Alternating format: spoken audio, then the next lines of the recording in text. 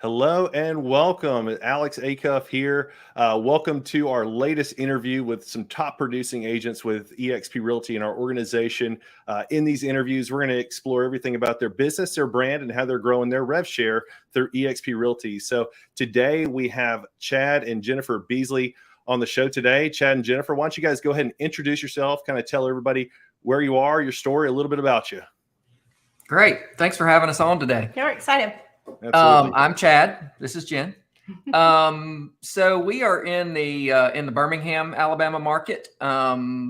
We live in Chelsea, Alabama, in Shelby County, and that's sort of our sweet spot. You know, we've been in the Chelsea area for what, 16, 17 years, something like that. So we've marketed heavily to the area over a lot of years and kind of grown into being we've been the top selling agent in Chelsea for going on 10 years now.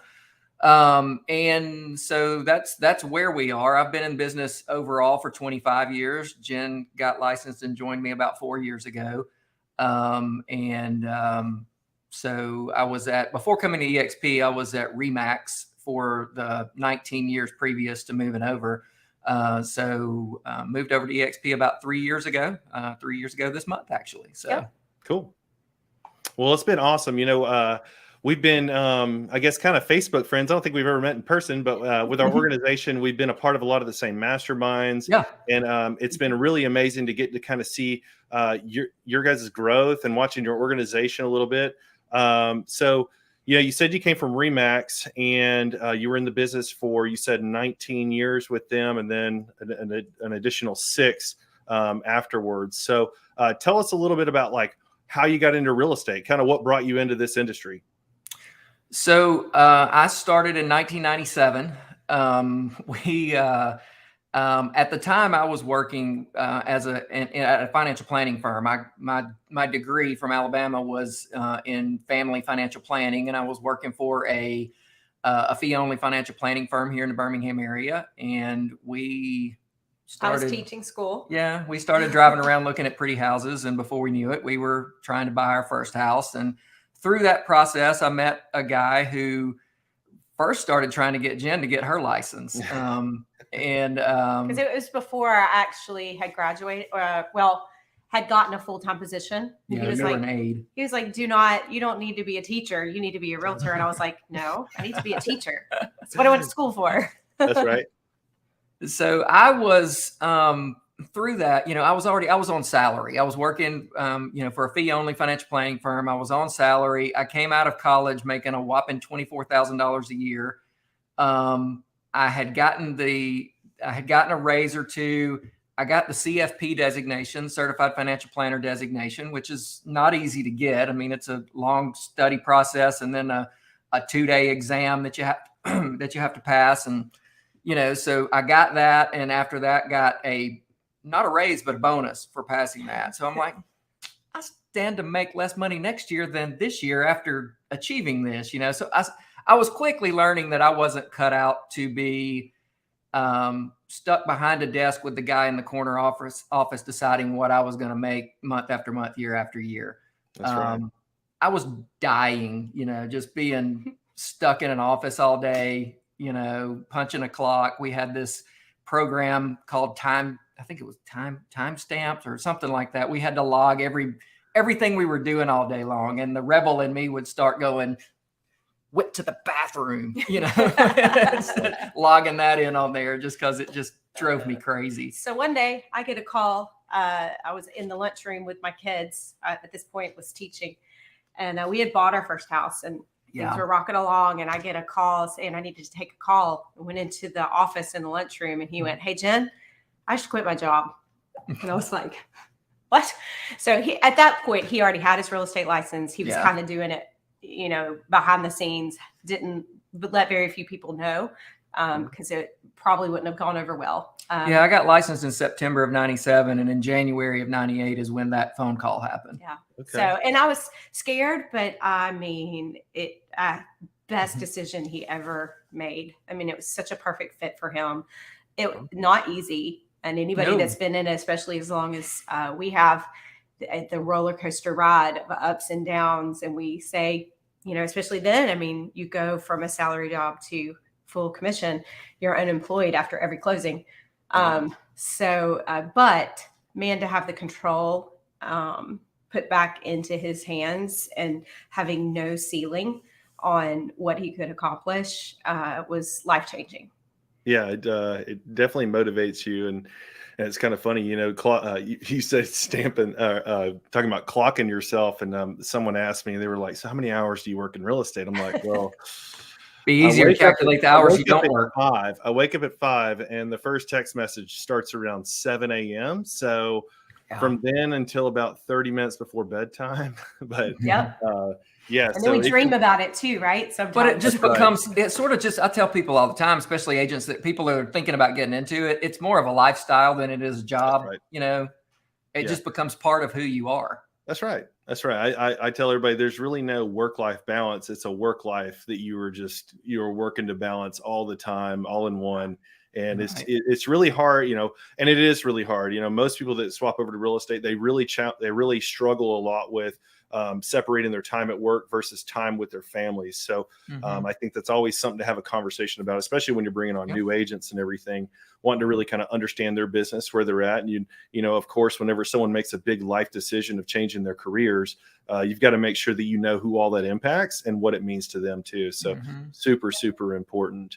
So when you got into real estate, you're running and gunning behind the scenes, still a certified financial planner. You got your CFP and you're working in real estate. So tell me kind of when you got rolling into real estate and you finally get out of being a financial planner, what was working for you? What were you doing in your business to really build business and gain some momentum? And it looks like Jennifer's about to laugh at her. I mean, anything and everything that I could find. He's about to age himself. Well, he's going to tell you things. Yeah, I was going to say things are so different now.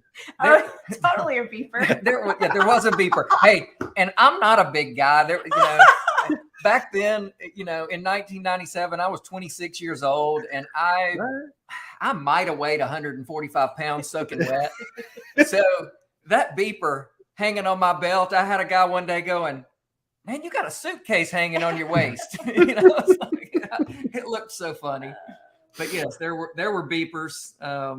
There were landline calls to for fax sale machines. Owners, hand delivering listing. Listen, I came in right at the end of the old MLS book.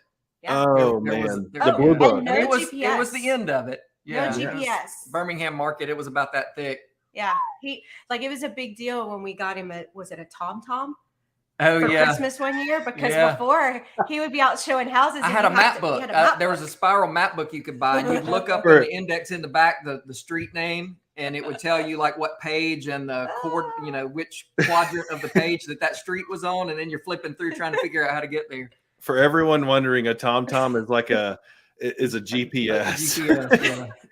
We had them in my mom's van when I was little. Yeah, stuck it on the when dash or on the windshield. So you might have been selling real estate at the same time.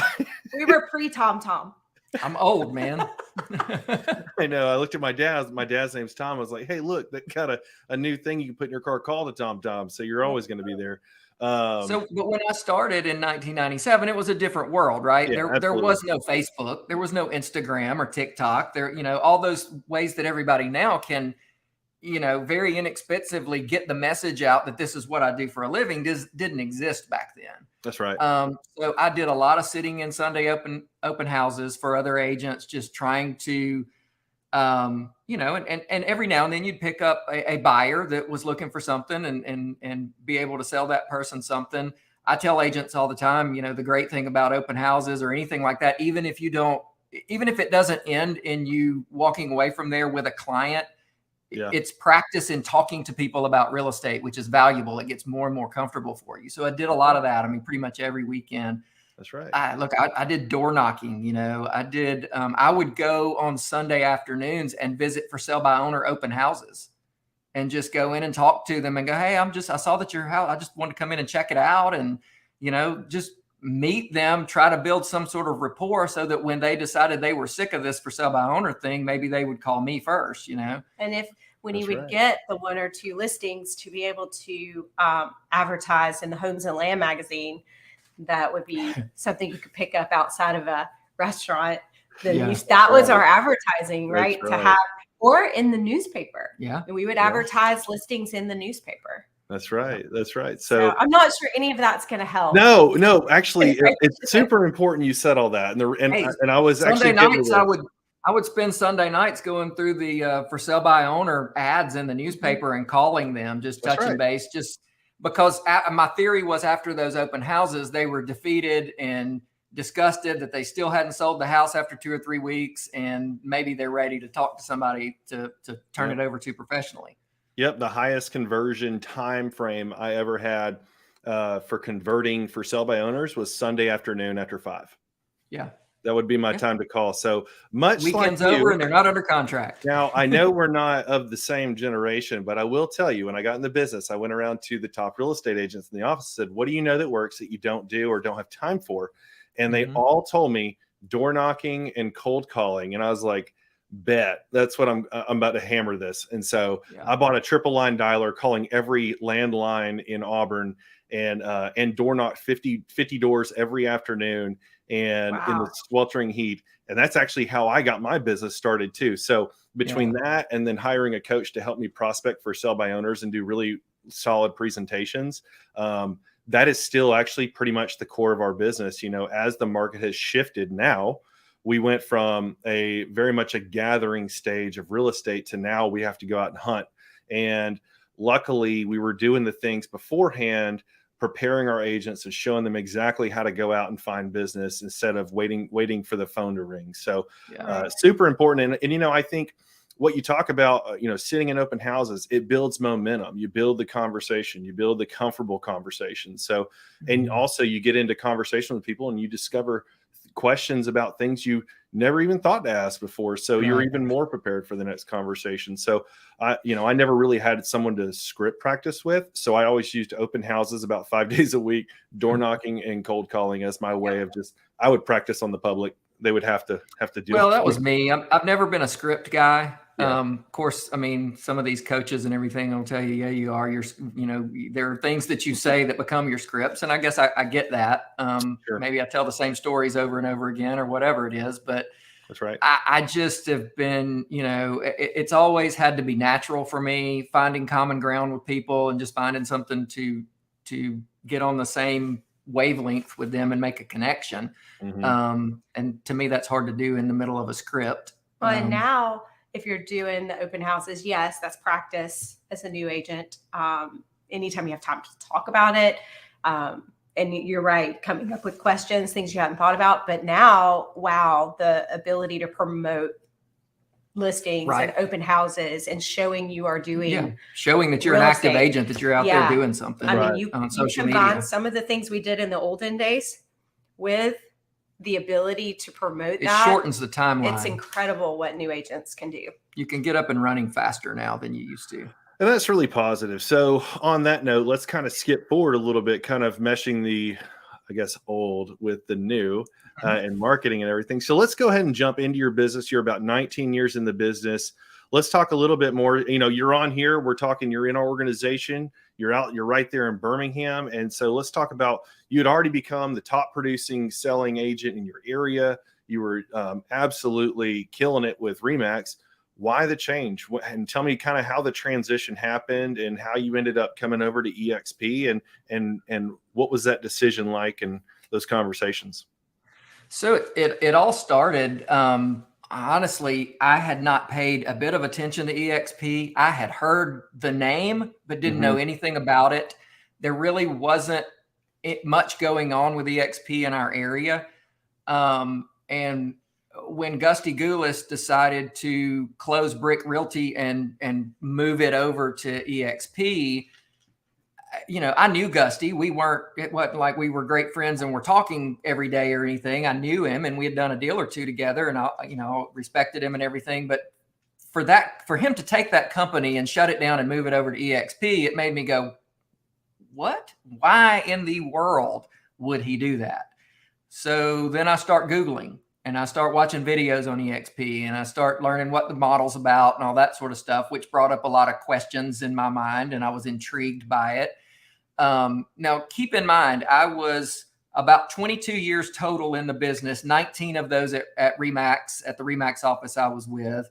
Had a great relationship with my broker, loved all the people there. I wasn't looking to move. I had no reason to make a change. So this wasn't Chad's unhappy and he's looking around for things. This just made me go, what's up with that? And then I start trying to learn more about it. And the more I learned, I told Jen one day, we were sitting in the den drinking our coffee early one morning, and I said, I just can't shake this eXp thing. And she said, what are you talking about? I said, the company that Gusty moved to, I've just been looking into it, and it's really, there's some really cool things about it. And if it's legit, it could be a game changer. And she's like, well, why don't you talk to somebody? I'm like, because that'll open a big old can of worms, And I had known Jenny Williams for a long time. So I called Jenny up and I'm like, hey, I'm intrigued by this eXp thing. And like everybody else says, I'm not moving. Right. I told her, I was like, look, I'm not looking to make a change. I'm just really curious about this. I'm seeing a lot of stuff about it that sounds pretty neat. What do you know about it? And she's, and she's telling me, because she had moved, I guess she had been at eXp 8 or 9 months at that point.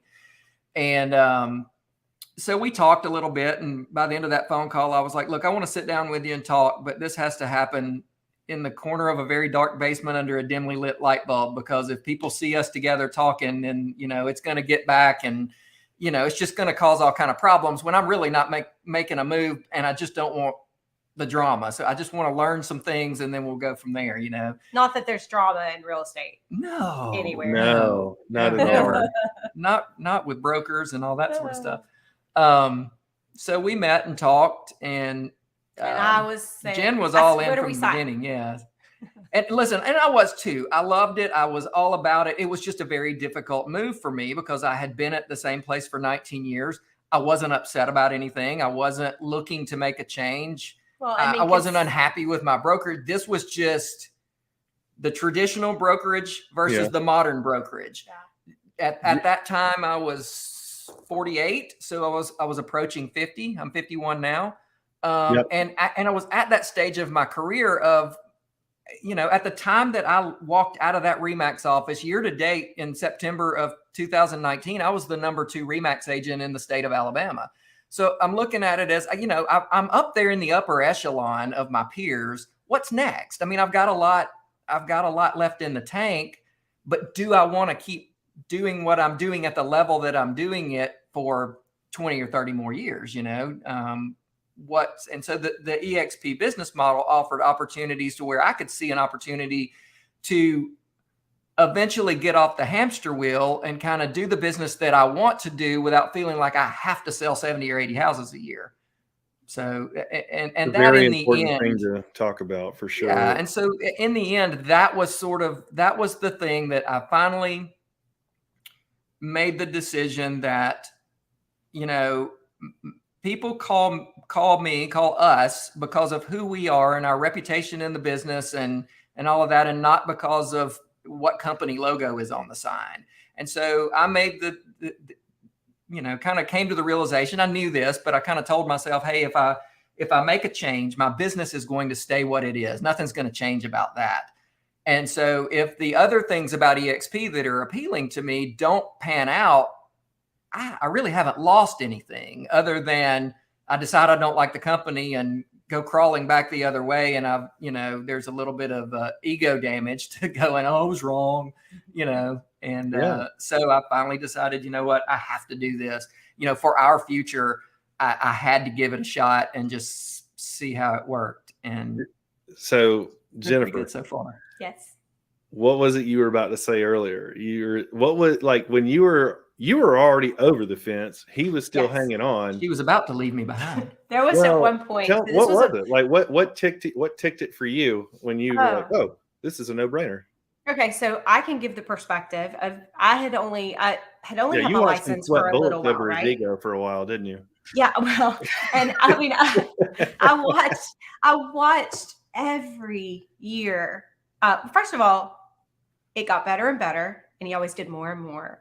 And then we survived the crash.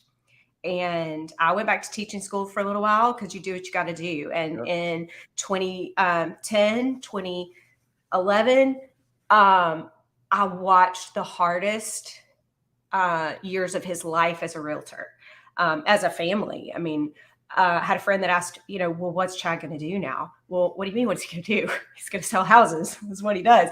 And he did that. And we did other things to make it through. And that is why we came out as the top agent in Chelsea, because he did the hard things and he did it the right way. And he was still standing. But when I saw the model of eXp and he explained it to me, and I was like, okay, wait, there are multiple ways to generate income through this company that's not just about selling houses. If we had had this model from the beginning, oh my word. I get so excited for young agents, new agents that come on board with us at eXp from the beginning, limitless. Yeah, and they're not going to do the grind that I watched him do year after year after, even the great years. He'd go, okay, well, that was awesome. I'm the top selling, blah, blah, blah. And I got to do it again. Oh, crap. I got to do it again. And it is a fantastic business, but there were some, early January days, several years where I'm looking back and celebrate for a minute, but then looking forward with just like my face ghostly white and in fear of, am I about to get exposed as a fraud? Because how in the world am I going to turn around and do that again or beat that, I think that's a very that was a way we could stop having to do all of that. And I'm completely with you. My business partner Mary Gill and I have looked at that a couple of times, going, "Man, that's a hell of a year." It's January 1, new year, new numbers. We're like, "Oh, here we go." Yep. So but then that starts getting you thinking about leverage and where can you leverage to get your life back? Because at this point, it's you make enough money, right? So now you're trying to find out, well, how can I leverage all this knowledge, all this time spent in the business, building this amazing database, this amazing group of friends, a sphere, this community, being entangled in that. How do you leverage that, and how do you take it to the next level? Because if you don't, you're going to keep doing the same mountain over and over and over again. Right. And it gets really frustrating when you're standing on that first mountain, like Jarek talks about, and you look across at the other one, but the company you're at is not giving you the compass that helps you get from here to here, right? Mm-hmm. So you get all the way down to the bottom and you start back up and realize you just climbed the same hill over and over and over again. So that's what I like about it. I think they just do an amazing job giving all the agents all the right tools. I call it the necessary compass in your business to show you the direction you need to go. If you're killing it in transactions, there's an opportunity to maybe change directions and put more time into agent attraction and bringing people on. So, and with that said, we're going to segue right into your organization. I want you to tell me about your amazing organization. I see a lot of promotion on Facebook about them. Mm-hmm. I can tell that you guys are over the mountain and through the woods, happy about them and what they're doing. So tell me a little bit about your organization. How big is it? How long you've been growing it? And what are you doing to build it? So we it's really been cool because it's just all grown very organically. We are not recruiters that are out there hammering the phones and beating people over the head and trying to drag them to eXp. That's just not who we are. So it truly has been just like the company promotes it and wants it to be. It's an attraction model. Everybody that has come on it's been through attraction. And so we moved over in September of 97. The first agent that joined us probably was September or October. Yeah. I mean, it was right after that. And then Mary Martin Brown that Time out. You said you joined September of 97? I'm sorry. 19. I'm sorry. I've got 97 when I started real estate in my head. I was like, September of 19. We're a little pre-eXp. Yeah, it is. Hey, we're pre-TomTom. I wish we had thought of this. Yeah, I know. Sorry, I don't mean to cut you off. Keep going. So we started September of 2000. I'm glad you did. September of 2019. And it was the end of that month or early October, one of the two that Lori called, and she came over immediately. And then Mary Martin Brown, she got her license in December of 19 and joined us then. And she's set the world on fire. And so, I mean, that's kind of where it started. And sitting here today, our organization is 67 agents strong, with, man, what a quality, just fun group of people who are out there doing their business the right way. And we're in 3 different states. Yeah. Awesome. It's just, hopping back to Mary Martin. She was one of the reasons why I was fired up about coming to eXp. She had talked to us when we were at Remax about getting her license. And, we always have kind of broke her heart. We always have a very real conversation with anybody thinking about getting in the business. That I'm having flashbacks of my interview with her. Go ahead. Well, we're just very upfront with people that you're not starting a new job.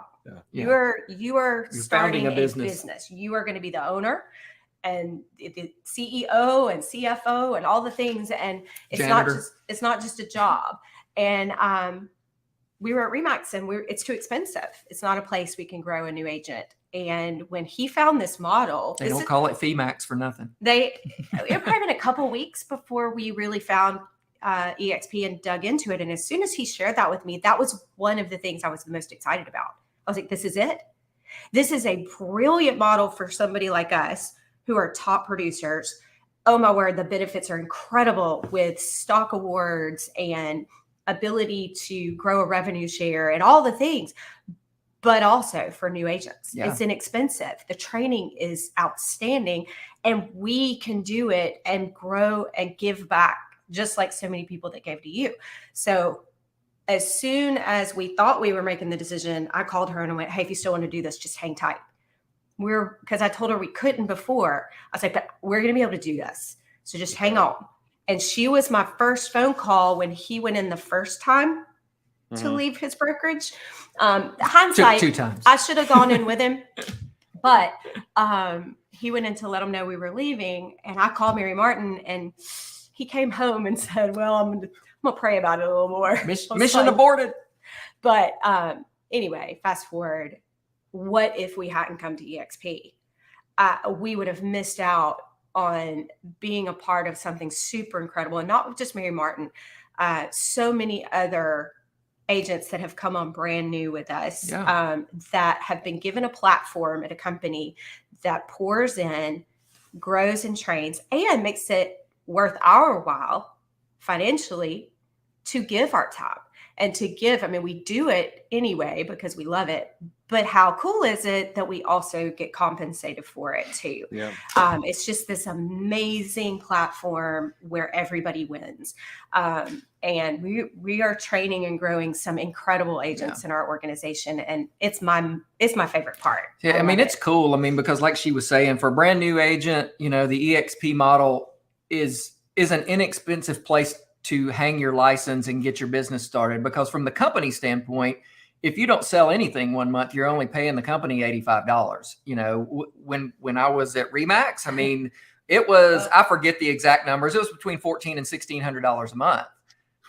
Which was tough in 2010. I didn't even have a desk at the office, but my desk fee for a home-based agent was $795 plus, I forget the exact numbers that you pay to the region every month. It was $230 or something like that. And then there were some other things on top of that. And then when she came on, paying for her and E&O every year. And, and then there's another, it was $490 or something a year to Remax International. So there's all these fees that are stacking up. So it's beautiful for the brand new agent because you don't have all of those things while you're trying to get started. But guess what?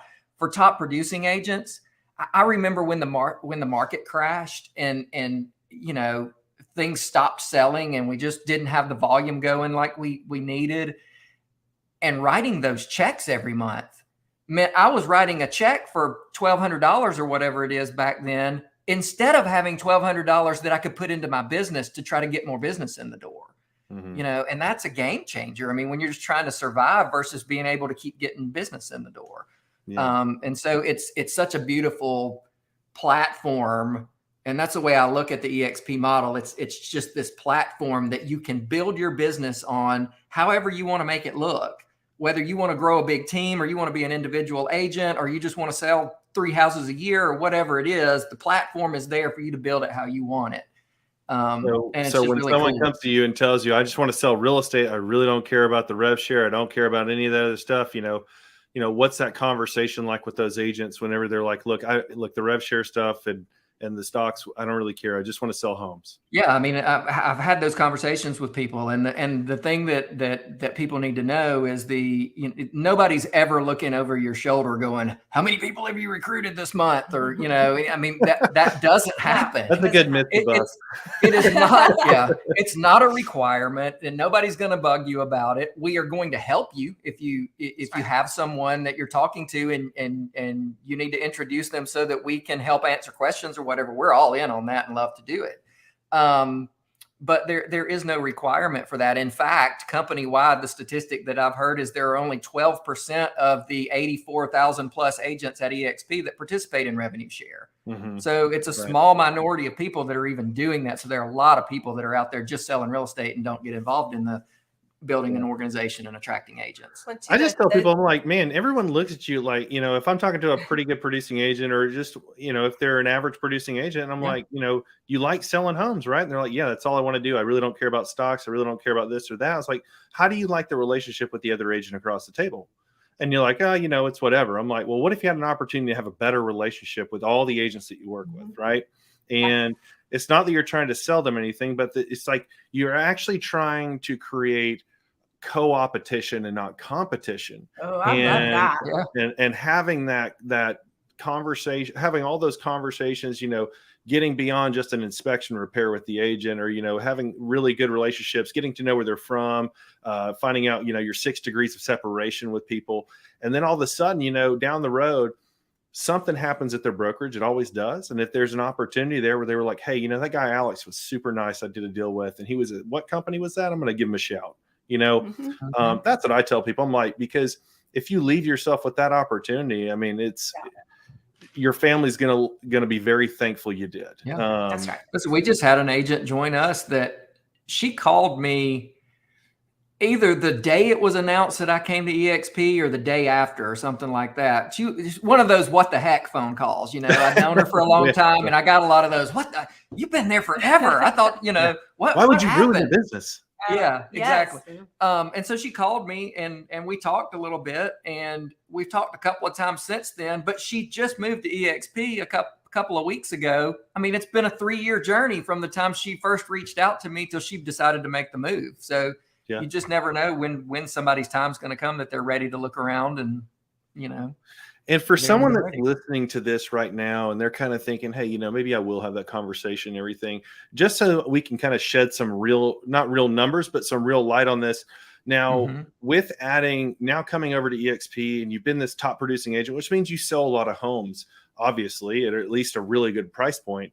So yeah, we sold last year, we closed 74 transaction sides at $29.2 million. Yeah. So now having that rev share coming in, how has that affected your ability doing business and like how you feel like, because I'll be honest with you, it would always stress me out starting over every year, right? Because you're like, oh my God, I've got to get a 29.2 million again at least, or else people are going to think I'm a fraud, right?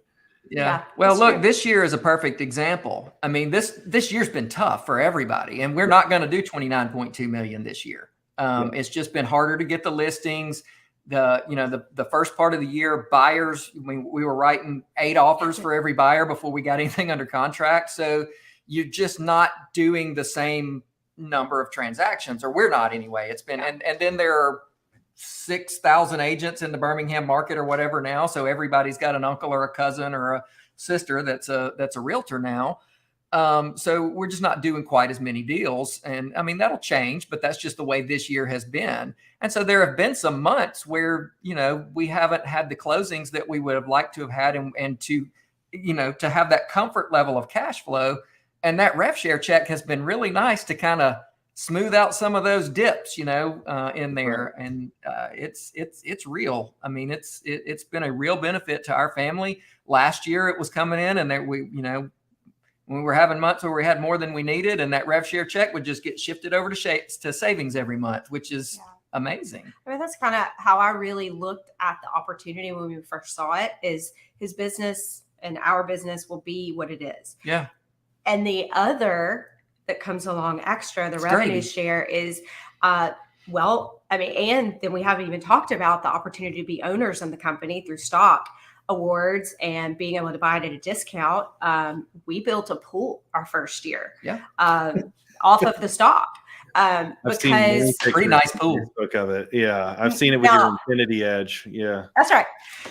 Now, there are no pools being built off the stock right now because I'm glad. So it's gone the wrong way, but we're buying it on sale right now. But when we sold some of our first shares that we bought on the discount purchase. We bought them at $5 or $6 a share, and when we sold them in February of 2020,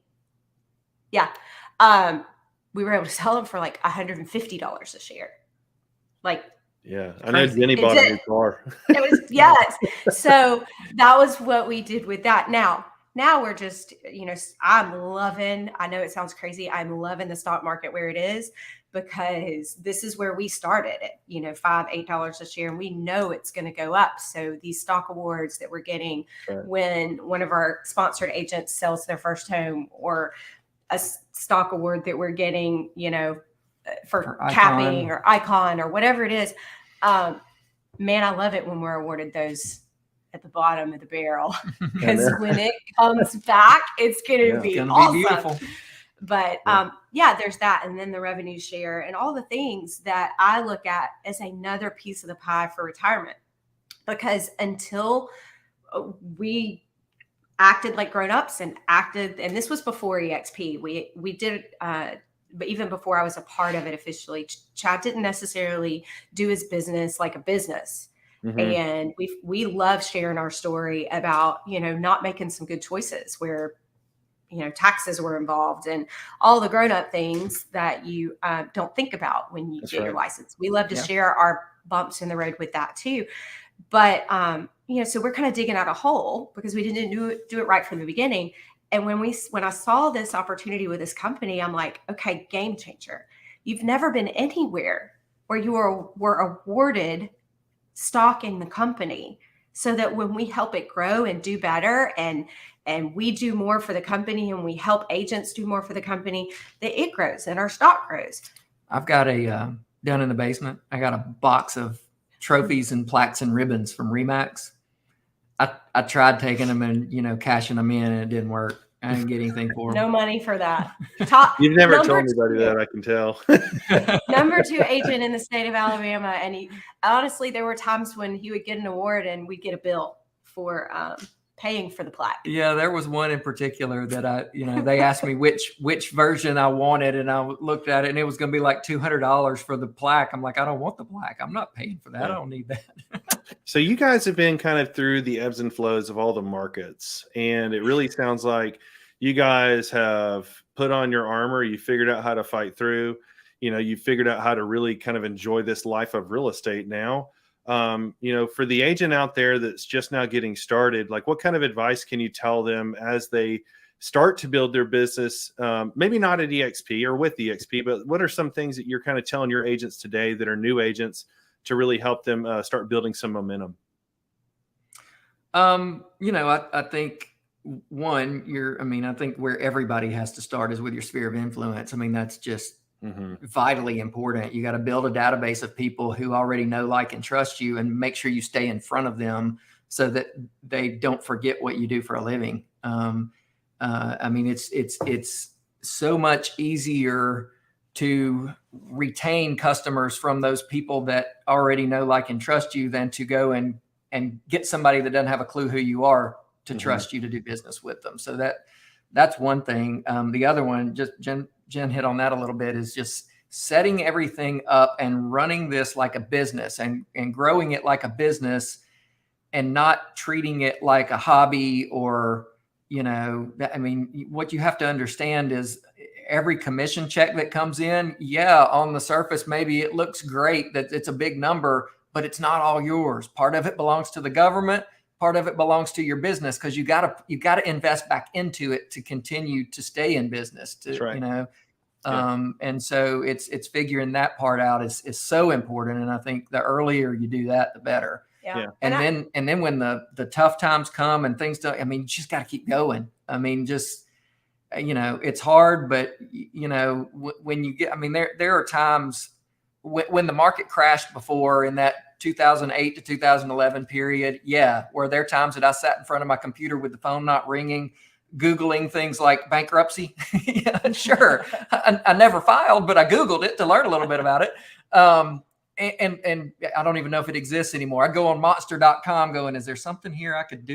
You know, but I never left real estate. I kept on pushing, and I kept talking to people, and I kept getting out there every day. And, you know, the cool thing about that story is, you know, the bottom of it for us were 2010 and 11. I mean, we went, you know, we had about $100,000 drop in gross income from the peak for us down to the trough. And that's a big hit. That was about a 50% hit to our income.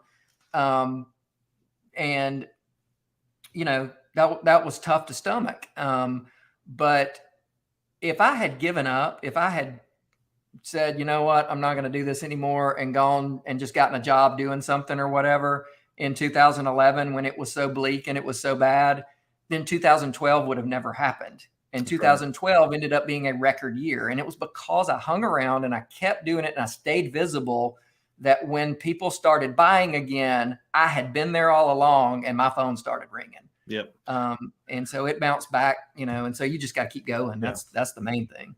I keep telling people in this time right now, this is when you start gobbling up market share. If you're an agent, Absolutely. If you're already an agent, when the times turn to higher interest rates and less transactions going on, this is now your opportunity to step in and take some market share. Mm-hmm. I tell everybody, closings happen every single day. It's your decision whether you're going to be in the room or not, right?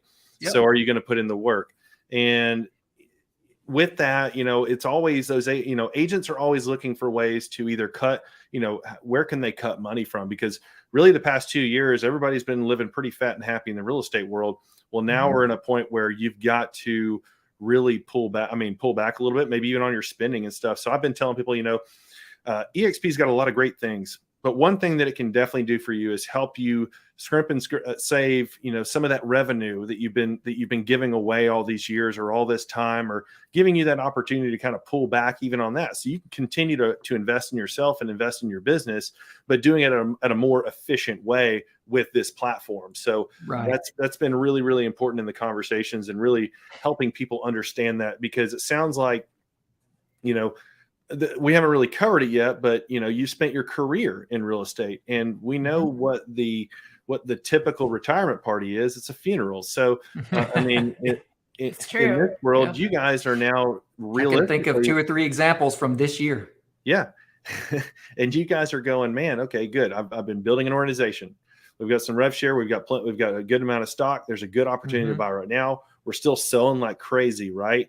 And so now you're still building that, you know, that tangible asset, that real asset in real estate. So I think it's just really important for people to understand that, is that, yes, it sounds very amazing to be at eXp, but some of the most important conversations I have with people is about their exit strategy and how they're going to build that, you know, building a legacy, right? How do you build it? Well, and it switches our mindset is not, I have to. I mean, I can't tell you how many times Chad spoke the words, I'll never retire. I can't retire. I'm not going to retire. I'll just sell houses till. But now, if he doesn't want to, he's choosing not to. It's a choice. And so now, if we want to continue to doing, you know, to sell and do at a high level, it's because we want to, not because we have to. It's everything's changed. The only regret I have is not moving sooner. I think that's usually most. But God's timing is perfect, and He didn't present this to us till then. But we're so very grateful. Like, I think and I had a little bit of this. I mean, you know, I'm a skeptic. You know, I see things and I'm cynical, and I'm like, hey, that's too good to be true. There's no way. And I think a lot of agents look at eXp like that. They hear stories like ours and, you know, other people, and they're like, you know, that's That's not real. It doesn't work like that. And then brokers, a lot of them know enough about the model to twist it and make it sound like, hey, it's not going to work like they're telling you it's going to work and all that sort of thing. But man, it's real. And it really has absolutely changed our lives. It's the difference between renting your business and owning your business. 100%. At the traditional model, your rent is a 6% franchise fee. And then you can choose to put it back in and buy it at a discount. Jen, I'll let you tell this story. She tells it better than I am. Well, it's not my story. I forget who was telling this. But it's my favorite story because it just makes it so clear of, I would assume most agents are homeowners. But let's just say, you make a lot of money and you're working at this fantastic job and you go and you rent this $1 million beautiful home for 25 years. And man, you love it. And you're just paying that rent every month. And then you decide, well, I want to downsize. I don't need all this house anymore. And you go to the landlord that you've been helping pay for that home for 25 years. And you go, man, I'm downsizing. I'd like my cut.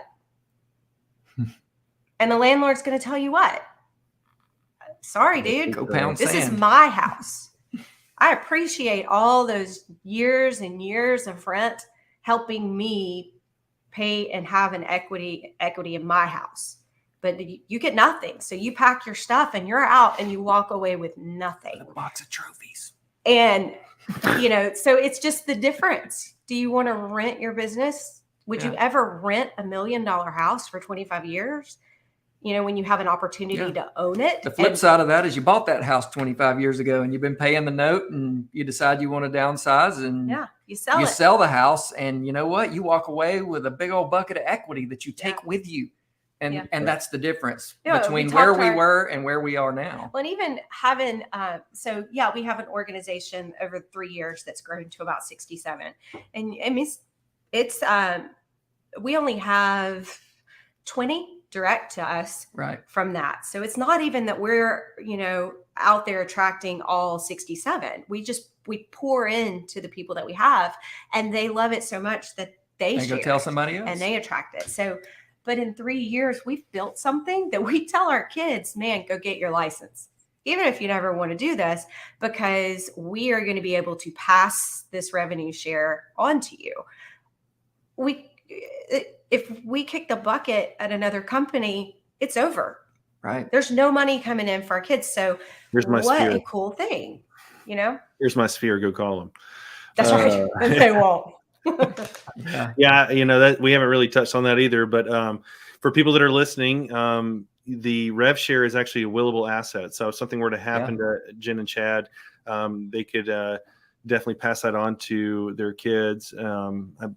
I know one of them's like a rock star or something like that. Again, he needs to get his license. Yeah, that's right. Even if they never sell. I mean, that's the other cool like Chad with long hair. Yeah. But that's another cool thought too, is one day when we decide, that we want to, when we're 80 and don't want to sell like we used to, if we stop selling, the revenue share does not stop coming in. I mean, that's so cool. Yep. Yeah. It's so cool. And we can continue to pour in and help and give all of our old person wisdom. Well, I mean, that's the beauty of eXp. I mean, they've got it set up and there's something for everybody. It's set up to where it's a great place to start if you're a brand new agent. And, you've got people to pour into you and you've got unbelievable amounts of training from top producing agents all over the world. And a cap. You've got a cap on your commissions. If you're a top producing agent, you're out there killing it, and they've got the Icon Award that if you hit certain production requirements, you can get your $16,000 cap paid back to you in company stock.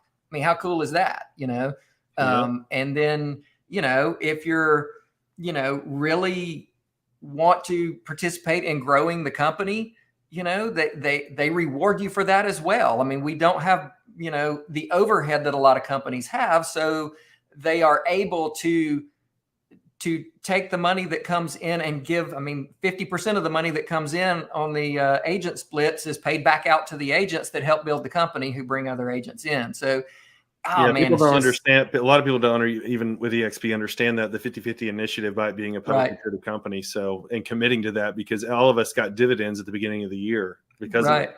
That's right. Yeah. That's So, right. So super important. Well, man, I you know guys, we've gone way no, long. you guys have crushed it. I've absolutely enjoyed this. This is perfect. We'll do we this like all you said, day, man. This is all in God's timing, right? So God meant for us to go 50 minutes on this bad boy. That's right. That's right. So a few things we just want to touch on as we kind of conclude this. Number one, thank you so much for coming on here. This has been absolutely amazing. Number two, if you're an agent and you're watching this and you're thinking about swapping brokerages or would like more information, you can reach out to Chad, Jen Beasley, or you can reach out to me. It really doesn't matter. I'd love for you to touch base if you felt like you really are like kindred spirits with Jen and Chad, and you've been in the business for a while and you had a beeper and you're like, oh my God, we need to talk to I think this is the opportunity to talk to them, right? And as you can see, they're a lot of fun to be with and growing a great organization over there. So chadbeasley.com, and I'm sure we can find your contact information on there. Is that right? Yeah, my phone number is 205-401-2423. If you have trouble remembering that, it's 205-401-CHAD. There's another marketing tip for you. Get your phone number to spell your name. We're definitely living. They didn't have Alex available, so. But we're living proof that growing up in the dinosaur age, we can be a part of a technology-based company. It's not that hard. That's right. I think it's a thing of beauty, but and it connects and it connects us, right? So we probably wouldn't know each other otherwise. So that's right. Hopefully I'll see you guys. That's what's been cool. I mean, between going to Vegas and shareholders in the eXpCon in Vegas, shareholders in Orlando, all that, just the opportunities to get together with other people that are part of our, organization in the state, and then people from all over and stuff. And so it's been fun just getting to know agents from all over the place and share ideas. I'm so glad you said that because this is the perfect time to talk about this. If you are watching this and you're a real estate agent and you want to check out eXp and do your due diligence, please come to eXpCon in October 11th through the 14th. I'm pretty sure it's in Vegas at the Mandalay Bay. Yours truly will be there. Jad. Oh yes, we're there. Jen, that's what I call you. Jennifer, whatever you call it. But yes, and absolutely. So if you get in touch with either one of us, I know if you get in touch with me and you want to go, I will pay for your entry ticket into the event. So you just got to get there. The finale party is worth the price of the entry. They throw some good parties at these things. It's pretty cool. That's right. That's right. Well, good stuff. Well, thank you guys so much for coming on. I hope you guys enjoyed this. Make sure to give a thumbs up or hit the like button. Make sure to share this with any other fellow agents that you may want to hear more about Jen and Chad's story or more about eXp. We'd love to touch base, and we will see you guys on the next interview. Thanks, guys.